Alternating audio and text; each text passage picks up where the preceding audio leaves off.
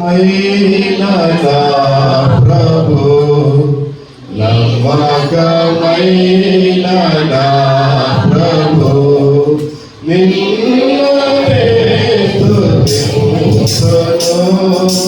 నిన్నునే స్తుతింతును నమ్మకమైన నా ప్రభు కరుణతో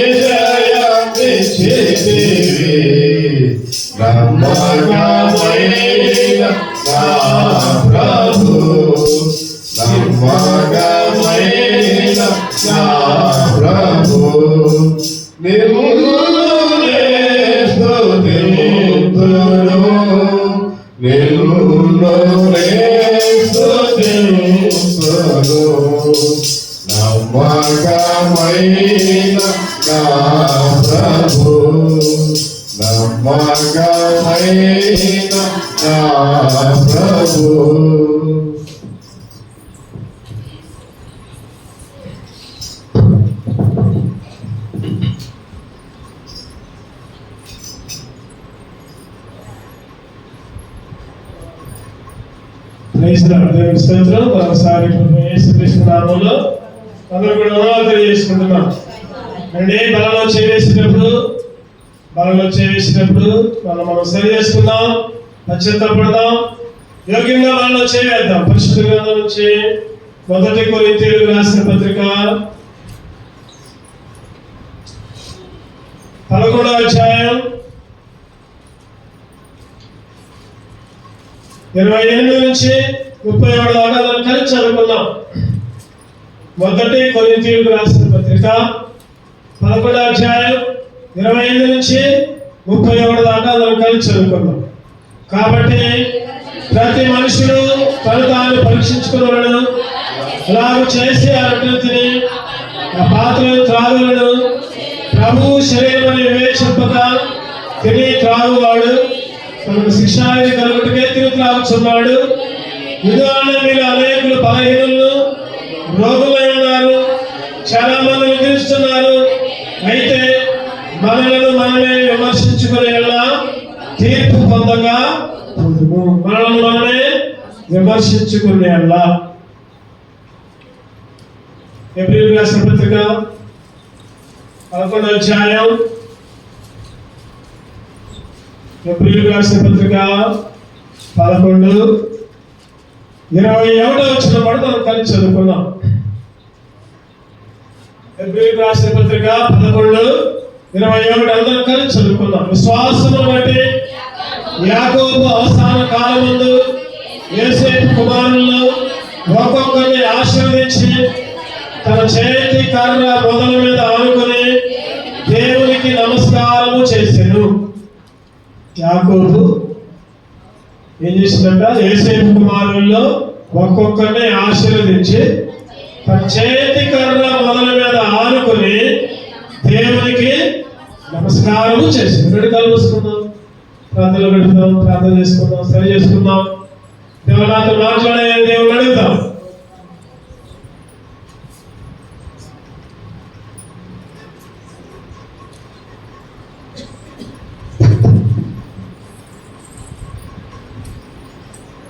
ఒకరి తల్లి ప్రేమ తండ్రి కుటుంబ దేవాల గొప్ప దేవ సర్వోదర పాదాలు సర్వాధికారిగా ఉండి నిరంతరము స్తోత్రార్హుడిగా ఉండి ప్రభా ఎల్లప్పుడూ నేను స్తుతించే భాగ్యాన్ని నాకు మాకు అనుగ్రహించే విధానాన్ని బట్టి వందనాలు.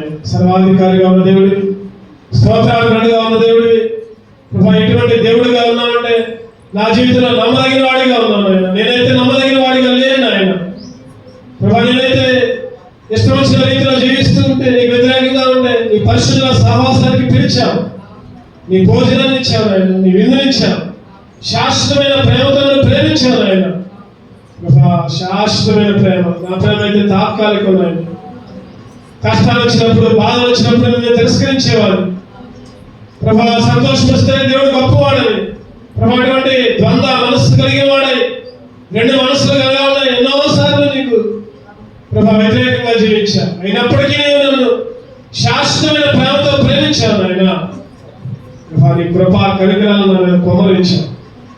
నీ కృప, నీ కనికరం ప్రభా, నీ కృపకి పొందడానికి ఏమాత్రం కూడా అర్హత లేదు ప్రభా. నీ కనికరాన్ని పొందడానికి ఏమాత్రం కూడా అర్హత లేని స్థితిలో ప్రభా నా మీద నీ కనికరాన్ని చూపించావు, నీ కృపను చూపించావు ప్రభా.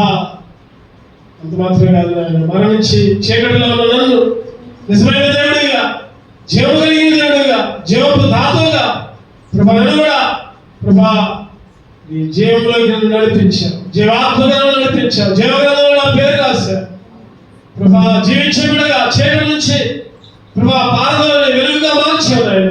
ఎంత గొప్ప దేవుడు. అది మాత్రమే కాదు నాయన, ఈ లోకంలో అందరికంటే దిగజారే స్థితిలో ఉన్న నన్ను నీ మనోహరమైన స్థలాల్లో, మహోన్నతమైన స్థలాల్లో వాడిగా నన్ను కూడా నియమించుకున్నాను. ఎంత గొప్ప ప్రేమ. మనోహర స్థలాల్లో, మహోన్నత స్థలాల్లో నివసించే దేవుడు నా కొరకు ఈ లోకాలకు వచ్చి నీ ప్రాణాన్ని అర్పించి ఎన్నో దెబ్బలు, ఎన్నో అవమానాలు, ఎన్నో నిందలు ప్రభా, వేదనల చేత తృప్తి పడ్డావు ప్రభా. నీ వాక్యాన్ని చదువుకున్నాను.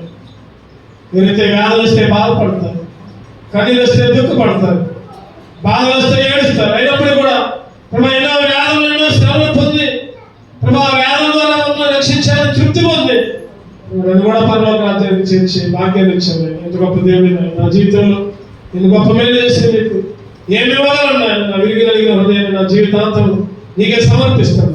అంత మాత్రమే కాదు నాయన, నీ బలం చేసినప్పుడు యోగ్యముగా సరి చేసుకొని ప్రభా నిన్ను స్తుతించి గానపరిచి నీ విధుల్లో చేసే వాళ్ళగా నన్ను మమ్మల్ని సిద్ధపరుస్తాను. మీరే మాతో మాట్లాడుతున్నారు. నీ చేతిలో పనిముట్టుగా ప్రభా, నీ చేతిలో పనిముట్టుగా నన్ను మమ్మల్ని ఉంచుతున్నామని, నీ చేతిలోకి వచ్చే విడుదల నన్ను మమ్మల్ని ఉంచుతున్నామని, నేనే మాతో మాట్లాడుతున్నాను యోగ్యమైన ప్రభా, యోగ్యమైన మమ్మల్ని సరి చేసుకొని ఏదో చేసే విడుదల నన్ను మమ్మల్ని సిద్ధపరుస్తున్నాము. మిమ్మల్ని సమయాన్ని నీకు అప్పచెప్పుకుంటూ యేసుక్రీస్తు పరిశుద్ధ ద్వారా ప్రార్థించి వేడుకొంచున్నాము తండ్రి, ఆమేన్.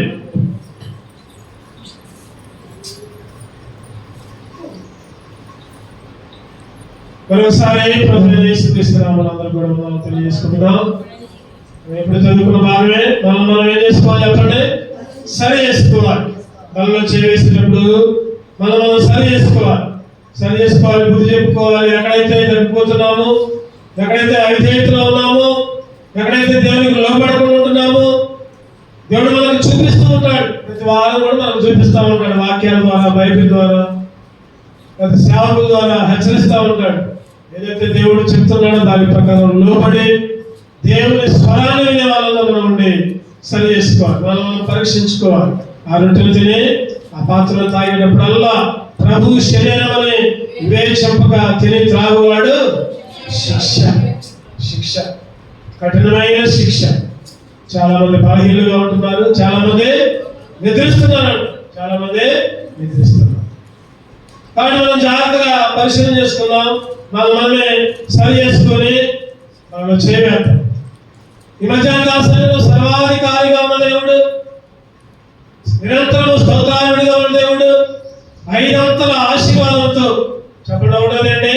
నమ్మదగిన వాడు, శాశ్వత ప్రేమతో ప్రేమించిన వాడు, జీవములోకి నడిపించిన వాడు, కృపగలిగిన దేవుడు, మహోన్నత స్థలంలో నివసించిన వాడు, ఎన్నో ఆశీర్వాదాల నుంచి నిరంతరం స్తోత్రం చేసే బిడ్డగా నన్ను కూడా ఉంచాడు.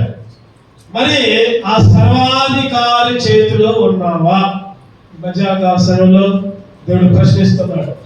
ఆ సర్వాధికారి చేతిలో ఉన్నావా, లేకపోతే వేరే చేతిలో ఉన్నావా? దేవుని చేతిలో పనిముట్టుగా ఉన్నావా, దేవుని చేతి కర్రగా ఉంటున్నావా? ఆదికాండం 32:10 చూస్తే, ఆదికాండం 32:10 చదవండి.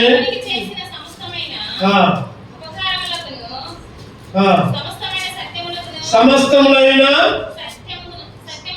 సత్యమునకును పాత్రను అపాత్రులను ఇట్లనగా నా చేతి కర్రతో మాత్రమే యోర్దాను దాటుదైపు నేను 2 గుంపులైతేనే. యాకోబు గారు చెప్తున్నారు. ఇందాక మనం చదువుకున్నాం హెబ్రీ 11:22 చదవండి ఒకసారి. విశ్వాసమును బట్టి యాకోబు అవసాన కాలమందు యోసేపు కుమారులు ఒక్కొక్కరిని ఆశీర్వదించి తన చేతి కర్ర మొదల మీద ఆనుకొని దేవునికి నమస్కారం. యాకోబు చేతి కర్ర, ఇక్కడ ఆదికాండంలో కూడా చూస్తాం 32:10. ఆ చేతి కర్ర ద్వారా ఏం దాటాడంట? యోర్దాను దాటితే. ఆయన చేతి కర్రతో మాత్రమే. ఎవరి చేతి కర్ర? దేవుని చేతి కర్ర. అందుకనే దావీదు కూడా ఒక మాట అంటాడు. ఏ మాట చెప్పండి, అందరూ కన్నతో వచ్చినది. యెహోవా నా కాపరి. ఆ అధ్యాయంలో చివరిలో ఎన్నో అధ్యాయం అది? కీర్తనలో చివరిలో ఉన్నది, నీ దుడ్డు కర్రయు నీ దండమును నన్ను ఆదరించు. ఆయన దుడ్డు కర్ర, దేవుని చేతిలో పాత్రగా ఉండాలి మనం. ఒకటోది చూస్తే కీర్తన 23:4 దేవుని చేతిలో 7 విషయాలు ఉన్నాయంట. ఈ మధ్యాహ్న సమయంలో దేవుని చేతిలో 7 విషయాలు ఉన్నాయి. ఆ 7 విషయాల్లో మనం దేవుని చేతిలో ఉండే వాళ్ళంగా ఉండాలి. 7 రకాల విషయాలు. ఒకటోది ఏంటంటే కీర్తనలు 23:4 గాఢాంధకారపు లోయలో నేను సంచరించినను ఏ అపాయములకు నేను భయపడను. నీవు నాకు తోడైను, నీ దుడ్డు కర్రయు నీ దండమును నన్ను ఆదరించు. దేవుని చేతిలో ఏముంది చెప్పండి? ఒకటోది దేవుని చేతిలో కర్ర. ఆయన దుడ్డు కర్ర అంటే దేవుని చేతిలో ఏమున్నాయి? ఆ చేతిలో ఉన్న వాటి ప్రకారం మనం జీవిస్తున్నామా లేదా? దేవుని చేతిలో ఒక కర్ర ఉంది. ఆ కర్ర ఏం చేస్తుందంటే, ఆ రోజు యాకోబును నడిపించింది, ఈ రోజు నిన్ను కూడా నడిపించింది. ఆ కర్రకు లోబడాలి, దేవుని చేతిలో కర్రకు లోబడాలి, ఆ కర్రని వెంబడించాలి. నువ్వు నేను కూడా దేవుని చేతిలో కర్రలాగా ఉండాలి. ఒక మాట చెప్పాలి, దేవుని చేతిలో ఉన్న కర్రలాగా ఉండాలి. దేవుని చేతిలో కర్ర కాకుండా అపవాది చేతిలో కర్ర ఉంటే చెప్పండి, ఒక పిచ్చోడు వచ్చాడు అనుకోండి, పిచ్చోడి చేతిలో రాయింది అనుకోండి, ఏం జరిగింది? అమ్మో ఇప్పుడు అతను ఎప్పుడు పడుతున్నారు భయమే.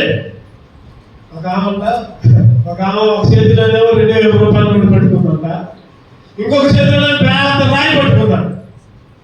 చెప్పండి, ఒక చేతిలో ఎంత 2,000 రూపాయల నోటు, ఇంకో చేతిలో రాయి. పోతా ఉందంట దాన్ని, పోతా ఉందంట. వాడు ఎదురైందంట, అడిగిందంట, ఇగో 2,000 రూపాయలు కావాలా, రాయి కావాలా అని అడిగిందంట. చెప్పండి, మీరు ఏం తీసుకుంటారు? మీరు చేదు అబ్బా 2,000 వచ్చినాయి అనుకుంటా. వాడే చేసిందంటే 2,000 అనకుండా రాయి కావాలి, రాయి తీసుకున్నాడు. అది చూసే వాళ్ళకి అర్థం కాదు. చూసే వాళ్ళకి అదేంటి 2,000 తీసుకోకుండా రాయి తీసుకోవడం ఏంటి? సరే అంటే రాయి ఇచ్చేవాడు.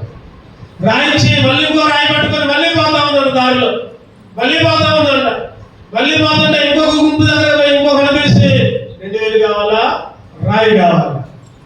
అందరూ అనుకుంటారంట వాడింది ముందుడేమో రాయి తీసుకుంటారు 2,000 కాకుండా, మరి వీళ్ళు ఏం తీసుకుంటారా అని చూస్తే వాడు కూడా ఏం చేసిందంటే వాడు కూడా రాయే తీసుకోండి, వాడు కూడా 2,000 తీసుకోవాలా, నాకు రాయే కావాలంటాడు. అంతలోకి ఒకడు ముందుకొచ్చి మళ్ళీ అడిగాడు. మళ్ళీ అడిగాడంటే ఈసారి కింద ఇంకొక రాయి తీసుకొని మళ్ళీ రాయి పెట్టుకొని ఒక చేతిలో రాయి, ఒక చేతిలో 2,000. నీకేం కావాలి కోరుకో అంటే వాడే వాళ్ళిద్దరు పిచ్చి తెక్కలోలా ఉన్నారు. 2,000 ఒక చేతిలో రాయి, ఒక చేతిలో ఉంటే రాయి తీసుకున్నారు, 2,000 కూడా తీసుకుంటే నేనైతే 2,000 తీసుకుంటానని వాడు అన్నాడంట, నాకు 2,000 కావాలి అన్నమాట. కావాలి చెప్పండి, 2,000 కావాలి. 2,000 ఇచ్చిందంట. వెంటనే రాయి తీసుకుని ఎత్తిలో చేసిందంట. వెంటనే రాయి తీసుకుని తలపై రచ్చగా ఆడుతున్నాడు. అరే పిచ్చోడా, ఆ అమ్మాయి రోజు ఇంతే తిరిగిందిరా, రోజు 2,000 రాయి పట్టుకుని తిరిగింది. రాయి అడిగితే మత్సరం ఇచ్చిపోద్ది, 2,000 అడిగితే మాత్రం తలగా బాగా కొట్టింది అంటే ఆ అమ్మాయి. ఈరోజు ఎందుకంటే ఉదాహరణ చెప్పే విషయం, ఈరోజు మన జీవితంలో కూడా దేవుని చేతిలో కర్రలాగా ఉండాలి, సైతాను చేతిలో కర్రలాగా ఉండకూడదు. సైతాను చేతిలో కర్రగా ఉంటే సైతాను దేవునికి ఉపయోగిస్తాడో తెలియదు. దేవుని చేతిలో కర్రలాగా ఉంటే దేవుని మందిరంలోకి వస్తాం, వాక్యం చదువుకుంటాం, ప్రార్థన చేసుకుంటాం, దేవునిలో ఉంటాం. సైతాను చేతిలో కర్ర ఉంటే దేవుని మందిరాన్ని కొడతాం, ప్రార్థన కొడతాం, బైబిల్ చదవము, లోకంలో ఉంటాం, పాపంలో పడతాం. రకరకాల సైతాను లక్షణాలన్నీ కలిగి ఉంటాయి. ఒకటోది దేవుని చేతిలో కర్ర.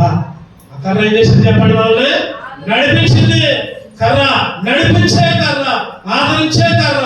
ఒక మాట చెప్పాలి, ఈరోజు నడిపించే కర్రగా నువ్వు ఉన్నావా? దేవుని చేతిలో నడిచే కర్రగా నువ్వు ఉన్నావా? దేవుని చేతిలో 7 విషయాలు ఉంటాం, ఏమున్నాయో వాటిలాగా ఉన్నామో లేదో చూసుకుందాం. క్లుప్తంగా ముగించుకుందాం. మొదటిగా దేవుని చేతిలో కర్ర ఏం చేసింది? ఆ కర్ర నడిపించింది, ఆదరించింది. చూద్దామండి. రెండవదిగా అపోస్తల కార్యాలు 19:12.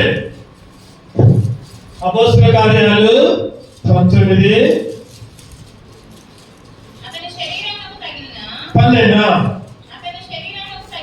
అతని శరీరములకు తగిలిన చేతి గుడ్డలైనను నడికట్లైనను రోగుల యొద్దకు తెచ్చినప్పుడు రోగములు ఆయన విడిచెను, దయ్యములు కూడా వదిలిపోయిన అతని చేతి శరీరములు తగిన చేతి గుడ్డలైన చేతి గుడ్డ. ఒకటోదేమో చేతి కర్ర, ఒకటోదేమో చేతి కర్ర. రెండవది చెప్పండి, చేతి గుడ్డ. ఒక ఆమె పోయింది, వస్త్రం చెందినే పట్టుకుంది. ఎవరు? స్రావం కలిగిన స్త్రీ. వస్త్రం చెంది పట్టుకోవాలి, రక్తదార కట్టింది, స్వస్థత వచ్చింది. చేతి గుడ్డ. రెండవది ఏంటంటే రెండవది చేతి గుడ్డ స్వస్థత ఇచ్చేది. చెప్పండి, చేతి గుడ్డ ఇచ్చేది స్వస్థత. స్వస్థత అంటే చెప్పండి, స్వస్థత అంటే కళ్ళొప్పి పోవడము, కాళ్ళొప్పులు పోవడము, గుడి నొప్పులు పోవడము, లేదా రోగాలు పోవడము, ఈ శారీరక స్వస్థతలు. ఇది కాదు మనం కోరుకునేది. చెప్పండి, శారీరక రోగాలు ఎప్పుడో ఏదో ఒకడపోతే ఒకటి వచ్చింది, ఒకడపోతే ఒకటి వచ్చింది. కాళ్ళొప్పి పోతే తలనొప్పి వచ్చింది, తలనొప్పి పోతే కడుపు నొప్పి వచ్చింది, లేదా గుండెకు సంబంధించిన వ్యాధులు, రకరకాల సమస్యలు. శారీరక రోగాలు కాదు, శారీరక స్వస్థత కాదు ముఖ్యం. ఏంటది ముఖ్యం? మరి ఆత్మీయ స్వస్థత. ఈరోజు ఎంతమంది మంచిగా ఉన్నారు, ఎంతమంది ఆత్మీయ స్వస్థత కలిగి ఉన్నారు? ఆయన చేతి గుడ్డ తగిలితే, ఆ చేతి గుడ్డ తగిలితే స్వస్థత. ఈరోజు ప్రార్థనకు వస్తున్నావు, పాటలు పాడుతున్నావు, వాక్యం చెప్తున్నావు, ఇంకేదో చేస్తున్నావు, మంచిదే. కానీ నిజంగా ఆత్మీయ స్వస్థత ఉందా? ఆత్మీయ స్వస్థత లేకపోతే పరలోకానికి వెళ్ళవు. మానవస్థ పొందావా, రక్షణ పొందావా, బాప్తిస్మం తీసుకున్నావా, బాప్తిస్మం తీసుకున్న తర్వాత నమ్మకంగా దేవునిలో జీవిస్తున్నావా, ఇవన్నీ ఉంటే ఆత్మీయంగా స్వస్థత. ఆయన చేతి గుడ్డ స్వస్థతనే చూపిస్తుంది. ఈరోజు ఆ చేతి గుడ్డ స్వభావములు, ఆ చేతి గుడ్డ స్వభావంలో పూర్తిగా మారిన వాళ్ళగా ఉండాలి. ఆయన నడిపించే కర్రలాగా ఉండాలి, స్వస్థత ఇచ్చే గుడ్డలాగా ఉండాలి. చూద్దాండి, మూడోదిగా ఇంకా ఏంటి? మత్తయి సువార్త. ఎన్ని తెలిసిన విషయాలే కాబట్టి అన్నింటినీ పోగు చేసి వాళ్ళ దగ్గర చెబుతున్నాను. మత్తయి సువార్త 3వ అధ్యాయం 12వ వచనం. మత్తయి సువార్త 3వ అధ్యాయం 12వ వచనం. ఆయన చేతిలో ఉన్నది. చాలు సార్, ఈసారి చేతిలో ఏముందంట? చేట.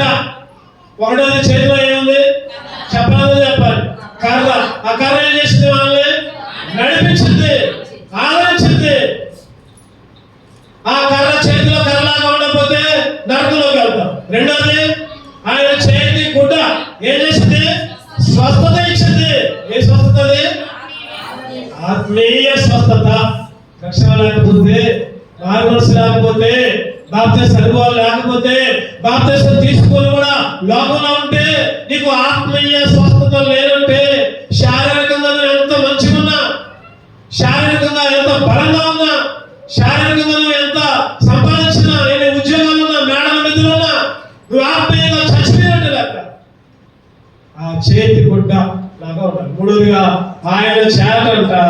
ఆయన చెప్పండి అక్క, చెప్పండి. చేట ఉంటుందా మీ చేతుల్లో? రోజు పొద్దున్నే బియ్యం చెబుతారు.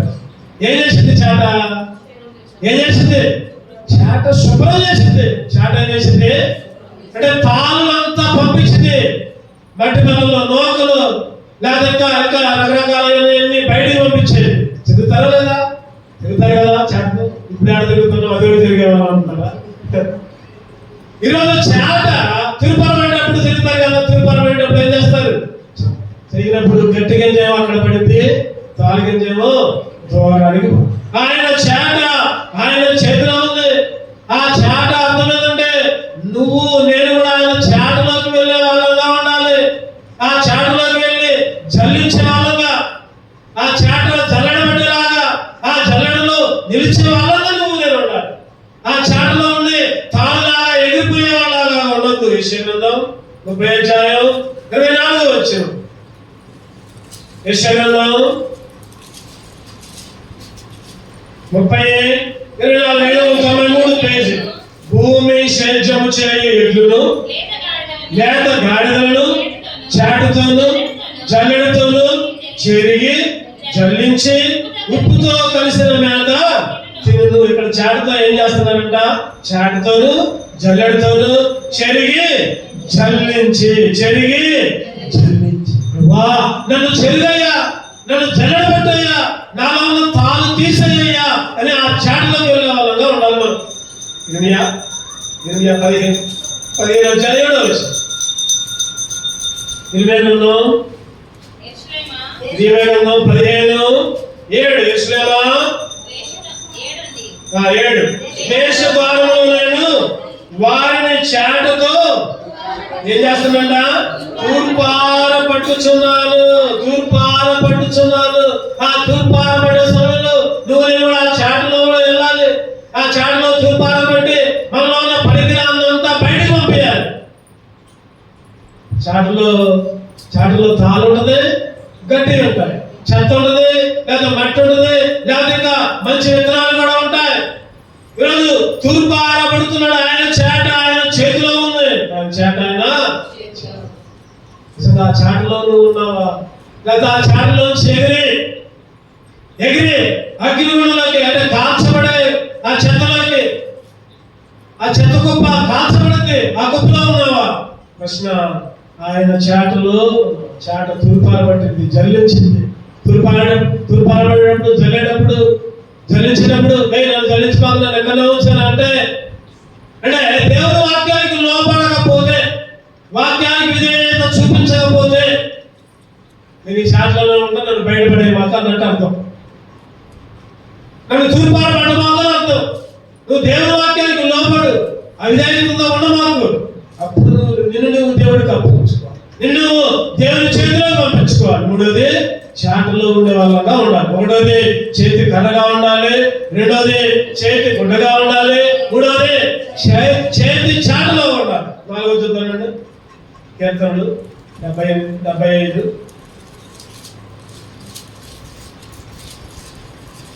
కీర్తనలు 75:8 చదవండి. 75 యెహోవా చేతిలో ఒక పాత్ర ఉన్నది, అందులో ద్రాక్షారసం పొంగుచున్నది, అది సంభారముతో నిండినది. యెహోవా చేతిలో ఒక పాత్ర, ఆయన చేతి పాత్ర. చెప్పండి, చేతి పాత్ర. ఈరోజు ఇక్కడ కూడా ఒక పాత్ర. ఏమిటి ఆ పాత్రలో? ద్రాక్షారసం. అంటే యేసుక్రీస్తు రక్తం. ఏంటి చేతి పాత్ర గుర్తు ఏంటి అంటే శుద్ధి చేసే పాత్ర, కడిగే పాత్ర, పవిత్రపరిచే పాత్ర. ఈరోజు దేవుడు నన్ను శుద్ధి చేద్దాం అనుకుంటున్నాడు. ఆ చేతి పాత్ర ద్వారా శుద్ధి చేద్దాం అనుకున్నాడు, కడుగుదాం అనుకున్నాడు. ఆ చేతి పాత్ర అంటే ఆయన రక్తం, ఆయన శరీరమే, ఆయన శరీరం, ఆయన రక్తమే. ఆ చేతి పాత్రలోకి రాకపోతే కొంతమంది అనుకుంటారు కదా, ఈ వారం తీసుకోకపోతే ఏం కాదులే, 4సారి తీసుకుంటే దానిలే, సంవత్సరంలో ఒక రోజు తీసుకుంటే దానిలే. తీసుకుంటారు, మళ్ళీ పాపాలు మామూలు తీసుకుంటారు, మళ్ళీ ఏదో మామూలుగానే ఇష్టం వచ్చిన కార్యాలు చేస్తూ ఉంటారు. తీసుకుంటారు, దేవునికి విరోధమైన భావాలు, విరోధమైన స్వభావాలు కలిగి ఉంటారు. దేవునికి ఇష్టమైన బ్రతుకులు ఆ చేతి పాత్రలో చేస్తారు. ఇంకా దెయ్యపు పాత్రలో కూడా బైబిల్లో ఉంది. మీరు దెయ్యపు పాత్రలో, దేవుని పాత్రలో చెయ్యి వేయకూడదు. ఏదైనా ఒక పాత్రే. నాకు 2 కావాలంటారు కొంతమంది. నాకు అది కావాలి, నాకు ఇది కాదు, నాకు అవ్వ కావాలి, పువ్వ కావాలి. ఆయన చేతి పాత్ర దేని గుర్తుంటే ద్రాక్షరసాన్ని గుర్తు. ఆ ద్రాక్షరసం నిన్ను కడిగేది, నిన్ను శుద్ధి చేసేది, పవిత్రపరిచేది.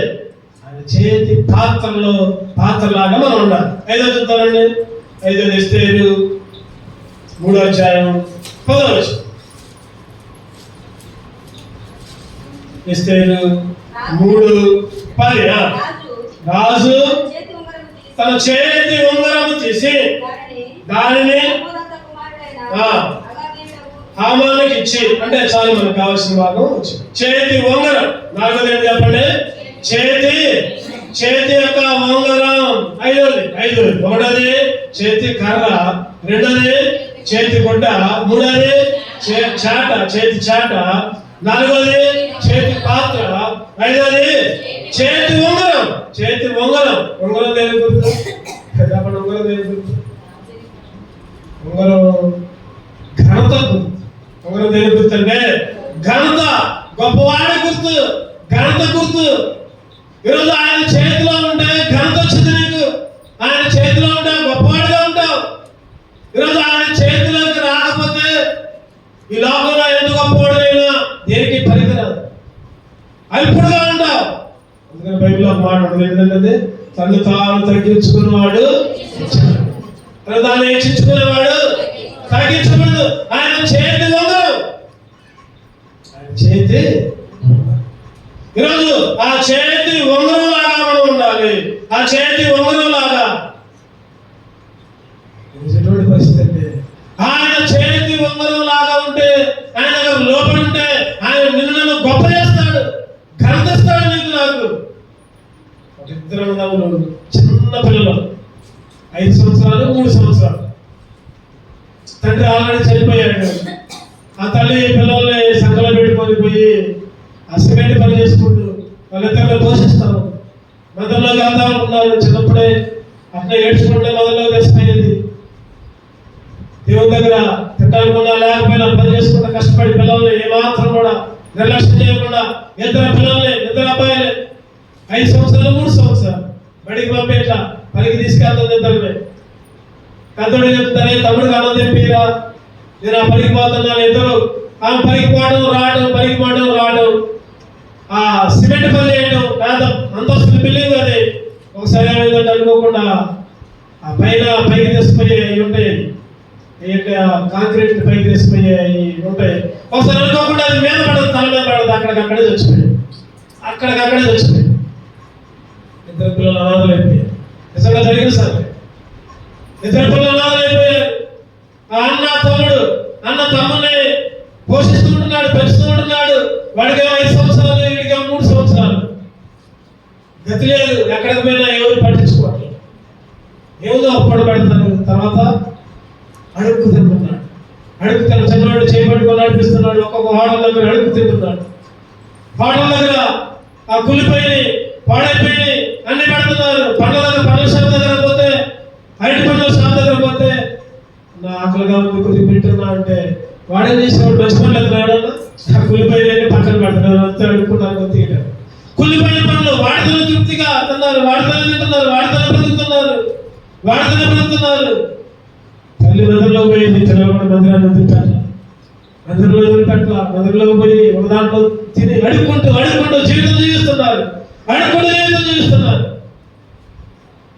అన్నం తినకపోయినా తమ్ముడికి పెట్టుకుంటూ, తమ్ముడు తింటే చాలా అనుకుంటూ, ఆ విధంగా సొక్కాలు లేకుండా ఉట్టి శరీరంతో బజార్లో తిరుగుతుంటే ఒక యవనస్తురాలు బైక్ మీద వస్తా పరిస్థితి చూసి, ఏంటి మీ పరిస్థితి ఏంటి అని అడిగితే చెప్తున్నాడు, మా అమ్మ చనిపోయింది, నేను ఇట్లా అడుక్కుంటూ బతుకుతున్నాను, చదవట్లా, నేను మా తమ్ముడు కూడా చదివలేకపోతున్నాను, ఆదివారం చర్చికి మాత్రం వస్తాను చెప్తా ఉన్నాడు జీవిత చరిత్ర. ఆ యవనస్తురాలు ఎంతో ప్రేమతో వాళ్ళిద్దరిని తీసుకెళ్ళి మంచిగా స్నానం చేయించి వాళ్ళ నాన్నకి చెప్పాడు, నాన్న నాకేమి చెప్పిన పర్లా, ఈ పిల్లలు మంచిగా చదివియాలా అని చెప్పి. ఎందుకంటే భయం కలిగిన స్త్రీ ఆ స్త్రీ. ఇద్దరిని మంచిగా చదివించుకుంటూ మందిరంలోకి తీసుకెళ్తూ, వాళ్ళ మందిరంలోకి తీసుకెళ్తూ, పాటలు, కల్చర్లు, తప్పుల డెవలప్ మొత్తం అన్ని క్యాష్ కూడా తెచ్చుకున్నాడు. చివరి ఇంటర్మీడియట్ అయిపోయింది, డిగ్రీలోకి వచ్చాడు. డిగ్రీలోకి రాగానే ఒక కాంపిటేటివ్ ఎగ్జామ్స్ పడ్డాయి, ఉద్యోగానికి అప్లికేషన్ పెట్టుకుంటే ఆ వ్యవస్థలో అన్ని నడిపించి ఆ అప్లికేషన్ కూడా డిగ్రీ చదువుతుంటేనే అప్లికేషన్ పెట్టింది. ఈ లోపల డిగ్రీ అయిపోయింది, ఆ పరీక్షకు క్వాలిఫికేషన్ వచ్చింది. మంచిగా ఎగ్జామ్ రాశాడు, ప్రార్థన చేసుకున్నాడు. దేవుడి చేతిలో ఉన్నాడు, దేవుడి మందిలో ఉన్నాడు. ఆ ఎగ్జామ్ లో క్వాలిఫై అయ్యాడు. IAS ఎగ్జామ్ పాస్ అయ్యాడు. ఏమయ్యాడంటే కలెక్టర్ అయ్యాడు. చెప్పండి, ఏమయ్యాడు? కలెక్టర్ అయ్యాడు. ఎవరు? అడుక్కు తినే వ్యక్తి. చిన్నప్పటి నుంచి సొక్క లేదు, సరిగా లాగు లేదు, చదివాడేదన్నాడు, కులిపోయేదన్నాడు, ఐదన్నాడు. అయినా కానీ మందిరంలో పట్ల చిన్నప్పుడు వాళ్ళ తల్లి నేర్పింది. ఆ యవనస్త్రాలు కూడా మందిరంలోకి అలవాటు చేసింది, పెంచింది, పెద్ద చేసింది. ఇప్పుడు కలెక్టర్ అయిపోయాడు. ఉద్యోగంలో చేరడానికి సిద్ధపడ్డాడు. ప్రార్థన చేసుకున్నాడు. మందిరంలో పోయి, అయ్యా ఒకప్పుడు స్థితి అంటే ఇప్పుడు స్థితి అంటే, ఒకప్పుడు అడుగుతున్న పరిస్థితి, అందరి చేతులు కలిసి చూసేవాడిని. ఏ చేతిలో ఏముంటుందా, ఏ చేతిలో ఏం పెడతారా, చేతులు కలిసి చూసేవాడిని. కానీ ఇప్పుడు నన్ను కలెక్టర్ గా నిర్ణయించావు. బయలుదేరాడు, ప్రార్థన చేసుకున్నాడు, బయలుదేరాడు, ఆఫీసులోకి పోయాడు. ఆ ఆఫీసు గేట్ తీస్తుంటే చాలు, ఆడవాళ్ళందరూ లైన్లో, ఇటుపక్క ఒక లైను, ఇటుపక్క ఒక లైన్, అందరూ ఏం చేస్తున్నారు చెప్పండి? నమస్కారం పెడుతున్నారు. ఏం చేస్తున్నారు? అందరూ చేతులు ఎత్తారు, నమస్కారం పెడుతున్నారు. కళ్ళబడి నీళ్లు ఆగలసలు ఏడుస్తూ అయ్యా, ఒకప్పుడు అందరూ చేతులకి వెళ్ళి చూశానయ్యా, ఒకప్పుడు ఏ చేతిలో ఏం పెడతారో చూశానయ్యా, కానీ ఇప్పుడు అందరి చేతులు నాకు నమస్కారం పెడుతున్నారు. వెంటనే అందరూ ఏమనుకున్నా పర్లేదు, వెంటనే మోకరించి దేవా నాకు ఈ స్థితి ఇచ్చావయ్యా, నన్ను ఘనపరిచావయ్యా. చెప్పండి, దేవుని చేతిలో ఉంటే ఏం చేస్తాడు దేవుడు? ఘనపరుస్తాడు. ఉంగరం దేని గుర్తు అంటే ఘనత గుర్తు. ఈరోజు నువ్వు నేను మనం ఎన్నోసార్లు దేవునికి వ్యతిరేకమైన స్థితిలో ఉన్నాం, దేవునికి దూరంగా ఉన్నాం, దేవునికి ఇష్టమైన స్థితిలో ఉండే దేవుడు ఏం చేస్తున్నారు? ఎప్పుడైతే దేవుడిని అంగీకరించాము, రక్షణ పొందాము, మానవసు పొందాము, సమాజంలో ఒక ఘనత, ఇలా దేవుని బిడ్డలు దేవుని చేతిలో ఘనపరచబడ్డారు. దావీదు గొర్రెలు కాసుకున్న వ్యక్తి. దావీదు ఏం చేశాడు చెప్పండి? గొర్రెలు కాసుకున్న వ్యక్తిని ఏం చేశాడు? దేవుడు సింహాసనం ఇచ్చాడు. సింహాసనం. యోసేపు గొడ్డులో అమ్మివేయబడిన పరిస్థితి, దేవుని చేతిలో ఉన్నాడు. దేవుడు ఏం చేశాడు? ప్రధానమంత్రిని చేశాడు. ఎస్తేరు అన్యురాలు, యూదా దేశానికి చెందిన స్త్రీ. ఏ అలంకారాన్ని కూడా ఎంచుకోవాలా, ఏది వద్దనుకున్నది, సమర్పించుకున్నది. రాని గొద్దికాయ ద్వారపు బంధాల దగ్గర కూర్చొని వచ్చే వాళ్ళకి పోయి వాళ్ళకి నమస్కారం చేసే పరిస్థితి. అయినా కానీ నేను ఎవరికి నమస్కారం చేయడమే దేవునిలో నిలబడే వ్యక్తి. గొద్దికాయను కూడా దేవుడు ఊరేగించే ప్రధానమంత్రిగా ఈరోజు లాతలం పెట్టండి. ఈరోజు నువ్వే, నన్ను నేనే, మనమే ఆయన చేతిలోకి ఉంగరంలాగా ఉండాలి, ఘనపరచబడాలి. ఆయన చేతిలోకి చాలు. 5 రొట్టెలు 2 చేపలు. ఏమయ్యా చెప్పండి? 5 రొట్టెలు 2 చేపలు అయితే ఒక్క పిల్లగాడే తినేవాడు. వాళ్ళు అమ్మగట్టింది, అరే పాపం నీకు ఎప్పుడు పడతారు, భోజనం పెడతారు లేదు, ఈ 5 రొట్టెలు 2 చేపలు తినరా, ఎవరికి పెట్టమాకనే ఉండదేమో. మనం అంతే అంటారా? ఎవరికి పెట్టమాకనే ఒక్కడే తినరా, మరి నీకు ఆకలి. కానీ వాడు అందరి గురించి ఆలోచించి నాకు లేకపోయిన పర్లా దేవుని చేతిలోకి ఇద్దామని యేసుక్రీస్తు చేతిలోకి వస్తే ఏమైపోయాయి? 5 రొట్టెలు 2 చేపలు విస్తారంగా తిన్నారు. ఇంకా 12 గంటలు. నువ్వు నేను కూడా దేవుని చేతిలో ఉండాలి. దయ్యం చేతిలో కాదు, లోకం చేతిలో కాదు, అపవాది చేతిలో కాదు. ఘనత. దేవుడు నన్ను గణపరచువాలని నేను గణపరుస్తా. మనం దేవుని గణపరచకుండా, దేవుని చేతిలో ఉండకుండా ఏదో ఆదివారం 2 గంటలు 3 గంటలు మందిరంలో ఉండి ఇంటికి పోయి ఇష్టం వచ్చిన జీవితం జీవిస్తే దేవుని చేతిలో ఉన్నట్టు కాదు. చూద్దారండి, సమయం అయిపోతుంది. ఎన్ని చూసుకున్నాం మనం? 5 6 కూడా చూద్దామండి క్లుప్తంగా. ఎస్తేరు 5వ అధ్యాయం 2వ వచనం. ఎస్తేరు 5:2. రాణి అయిన ఎస్తేరు ఆవరణలో నిలబడి ఉంట రాజు చూడగా ఆమె అతనికి దయపుట్టెను. రాజు తన చేతిలో నుండి బంగారపు దండమును. ఎవరి చేతిలో చెప్పండి? ఎవరి చేతిలో? బంగారపు దండం.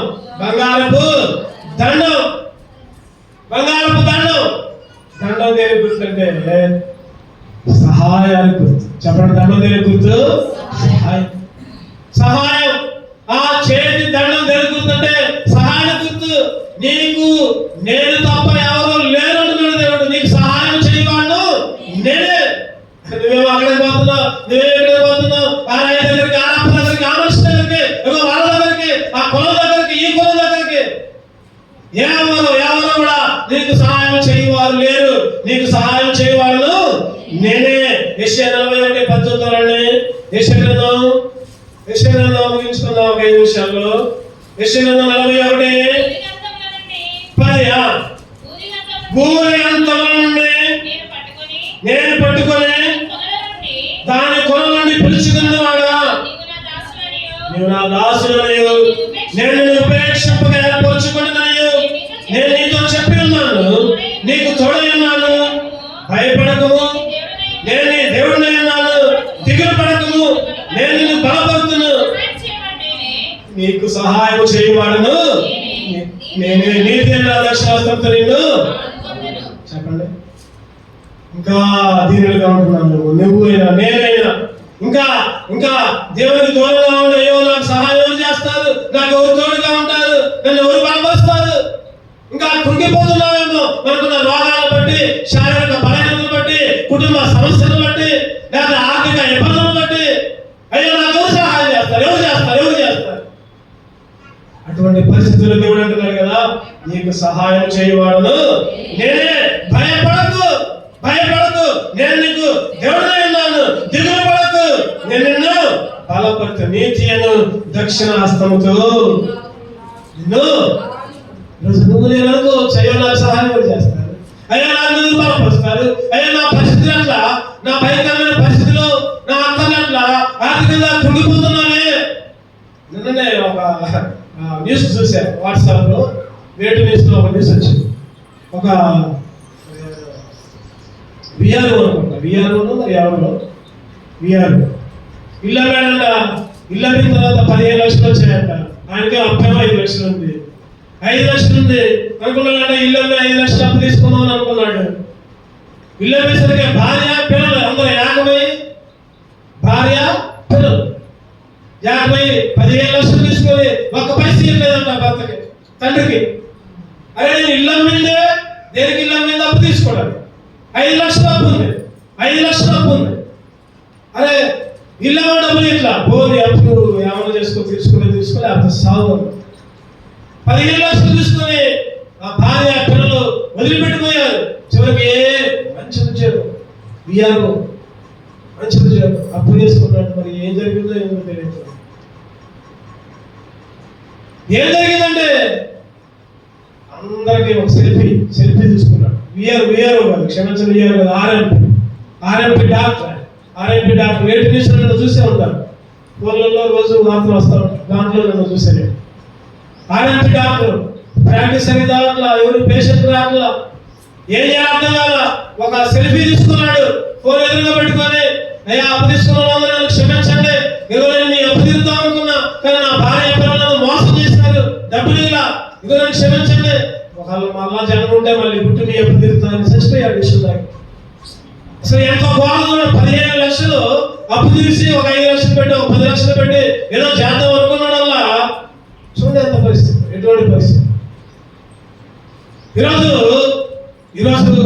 దేవుడు ఈరోజు నిన్ను నన్ను సజీవంగా ఉంచాడంటే ఎటువంటి ఇబ్బందులు లేకుండా, ఎటువంటి కష్టాలు లేకుండా, కష్టాలున్నా కూడా దేవుని మీద ఆధారపడి నా దేవుడు నాకు తోడుగా ఉన్నాడు, నాకేది తప్పు కాదు అనే ధైర్యాన్ని ఇచ్చాడంటే కారణం ఏంటంటే ఆయన రాజదండం, ఆయన చేతి రాజదండం, ఆయన సహాయం. దిగులు పడకు.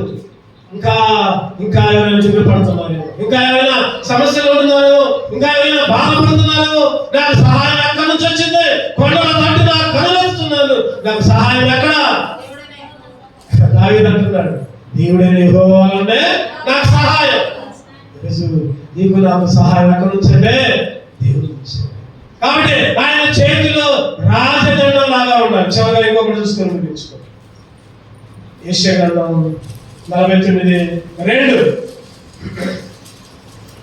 యెషయా గ్రంథం 49:2. నా నోరు వాడిగల ఖడ్గముగా ఆయన చేసి ఉన్నాడు, తన చేతి నీడలో నన్ను ఎక్కడ చెప్పండి, చేతి నీడ, చేతి దేవుని చెయ్యి గురించి మనం చెప్పుకుంటున్నాం. ఆయన సర్వాధికారి, నిరంతరం స్తోత్రం చేసే దేవుడు. ఎటువంటి దేవుడు మనం ఆరాధించాం. ఇప్పుడు ఆయన చేతిలో ఉన్నామా లేదా? ఒకటోది ఆయన చేతి కర్రగా, రెండోది ఆయన చేతి గుడ్డగా, మూడోది ఆయన చేతి చాటలోకి వెళ్ళి జల్లించు చెరుగు తుర్పాల పట్టుకుని అడగాలి. నాలుగోది ఆయన చేతి పాత్రలాగా ఉండాలి, శుద్ధి చేయి, కడుగు, బయటపరచు. ఐదోది ఆయన చేతి వంగరంలాగా కనపరచు, నన్ను ఆయన చేతిలోకి వెళ్ళాలి. ఆరోది ఆయన చేతి సహాయం చేయను, ఆయన దేవుని మీద ఆధారపడు. చివరిగా ఏడవది ఆయన చేతి నీడ, ఆయన చేతి. ఆ చేతి నీడలో ఉన్నావా? లేకపోతే మనం చెప్పుకున్నాం, ఏ నీడది? పాము నీడ. అబ్బా నాకు నీడ ఉంది, నేను చాలే కప్ప అనుకుందంట. ఏమనుకుంది? నాకు నీడ ఉంటే చాలు, ఏదో ఒక నీడ. అది పాము నీళ్ళ పోయి నీళ్ళలో పోయింది. కప్ప ఏం చేసింది? కప్ప మింగింది. అబ్బా వచ్చింది, దగ్గరకు వచ్చింది. ఈరోజు అపవాది నోట్లోకి, అపవాది నీడలోకి వెళ్తున్నావా? సైతాను నీడ. ఈ సైతాను నీడ అంటే మనకు కనపడదు. సైతాను నీడ అని తెలియదు. సైతాను నీడ అంటే పాపమైన నీడ, అబద్ధమైన నీడ, మాయల నీడ, మోసమైన నీడ, వ్యభిచారమైన నీడ, లోకమైన నీడ, కులమైన నీడ, ఆచారమైన నీడ చాలా ఉన్నాయి. మనం అనుకుంటాం కదా, నేను నీళ్ళలో బాగానే ఉండాలి, దేవుని నీళ్ళలోనే ఉండాలి అనుకుంటున్నాం. కానీ ఈ లోకంలో దేవునికి వ్యతిరేకంగా ఏదైతే ఉందో దాని నీళ్ళలో ఉన్నట్టే ఉన్నావు. ఏ నీడలో ఉంటున్నావు నువ్వు? దేవుని చేతి నీడ. ఆయన చేతి నీడలో ఏముందంట? తన చేతి నీడలో నన్ను దాచి ఉన్నావు. చేతి నీడలో దాక్కొని ఉన్నావా? చేతి నీడలో దాక్కొనున్నట్టున్నావా? 16 చదవండి. 51 ఏషియా 51:16. 51:16. నేను ఆకాశములను స్థాపించినట్లును భూమి పునాదులు వేయనట్లును నా జనం నీవే సేనతో చెప్పినట్లును నీ నోట నా మాటల నుంచి నా చేతి నిన్ను ఎంత పెద్ద చెప్పండి. ఆయన చేతిలో బుధచ కోడింది. పిల్లలు ఎడబడి తల్లిపోతున్నాయి. గద్ద వచ్చింది. ఏం చేస్తాయి చెప్పండి? పిల్లలు ఏం చేస్తాయి? పిల్లలు వెంటనే తల్లి రెక్కల కింద పోతాయి. తల్లి రెక్కల కింద ఆశ్రయం. కోడి తన పిల్లల రెక్కల కింద ఏ విధంగా భద్రపరుస్తుందో ఈరోజు నిన్ను కూడా ఆయన రెక్కల కింద భద్రపరుస్తున్నాడు. ఎప్పుడు? నెడలోకి పోతే. పిల్లలు కోడి రెక్కల కింద పోతాయా? లేకపోతే కోడి రెక్కలు తెచ్చి పిల్లల దగ్గర ఎక్కడ పిల్లలు ఉంటే అక్కడ పోయి కప్పిందా?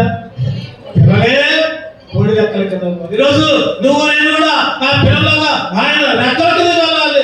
ఇంకా ఏ రెక్కల దగ్గర నీకు ఆశ్రయం లేదు. ఆయన చేతి నీడలు 7 విషయాలు చూస్తున్నాం. 7 విషయాలు. ఆయన చేతిలో కర్ర, ఆయన చేతిలో గుడ్డ, 3వది ఆయన చేతిలో చేత, 4వది ఆయన చేతిలో పాత్ర, ఆయన చేతిలో ఉంగరం, ఆయన చేతిలో దండం, బంగారు రాస్తారు. చివరిగా ఏంటి? ఆయన చేతి. నువ్వు కనుక ఈ 7 రకాల నీడల్లోకి రాకపోతే, రాకుండా నేను పోయాలి, నీడలో ఉండాలి, మందిరంలోకి పోతున్నాను, ఆదివారం పోతున్నాను, ప్రార్థన చేస్తున్నా, ఆరాధన చేస్తున్నా, తాను చేస్తున్నా, రొట్టెలు చేస్తున్నా అనుకోని ఇంకా సోమవారం నుంచి శనివారం దాకా ఆ చేతి నీడలో ఉండకుండా లోకపు నీడలో ఉంటే ఏం జరిగిందంటే ఒక వాక్యం చూస్తున్నాం. కీర్తన 39:10. కీర్తన 39:10 చదవడమాట. నీవు పంపిన తెగులు నా మీద తొలగింపు, నీ చేతి దెబ్బలను నేను.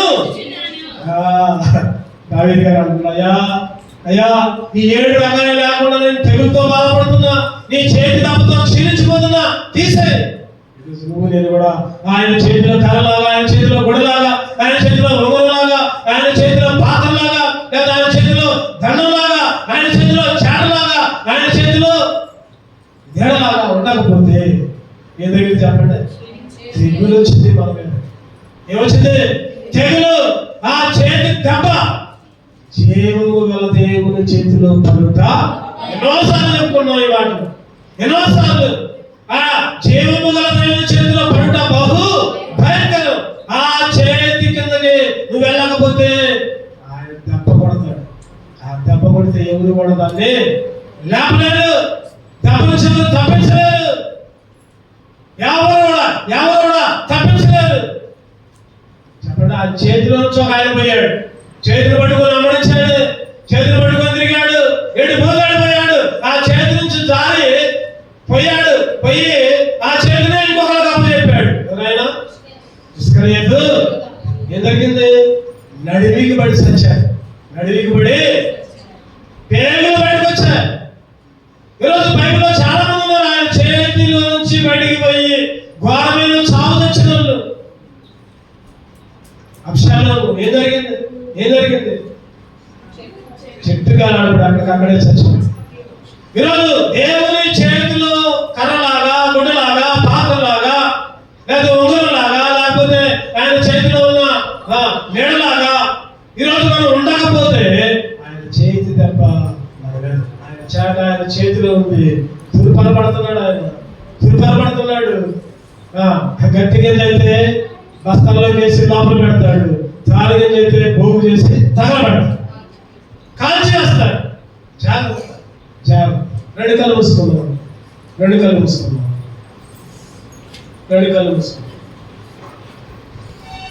యేసు దేవుని చేతిలోకి వచ్చాడు. దానియేలు దేవుని చేతిలోకి వచ్చాడు. ఎస్తేరు దేవుని చేతిలోకి వచ్చాడు. ఇంకా చాలా మంది దావీదు, మొర్దెకై దేవుని చేతిలోకి వచ్చి ఆశీర్వదించబడ్డారు. దేవుని చేతిలో నుంచి దూరం అయిపోయి శాపాలు పోయిన చాలా మంది ఉన్నారు. ఈ మధ్యాహ్నకాల సమయంలో నీ పరిస్థితి ఏంటి? ఎవరి చేతిలో ఉన్నావు? ఎవరి చేతిలో ఉన్నావు? సైతాను చేతిలో, అపవాది చేతిలో. దేవుని చేతి నీడలో ఆదివారం వస్తే ఆ రెక్కల కింద, అంటే మందిరం, ఆ రెక్కల కిందకి రావాలి. దేవుని చేతి నీడలోకి రావాలి. ఇంకా ఆదివారం కూడా రాకుండా ఎన్ని రోజులు, ఎన్ని ఆదివారాలు ఒక ఆదివారం ఇస్తే చాలా అనుకుంటున్నాయేమో.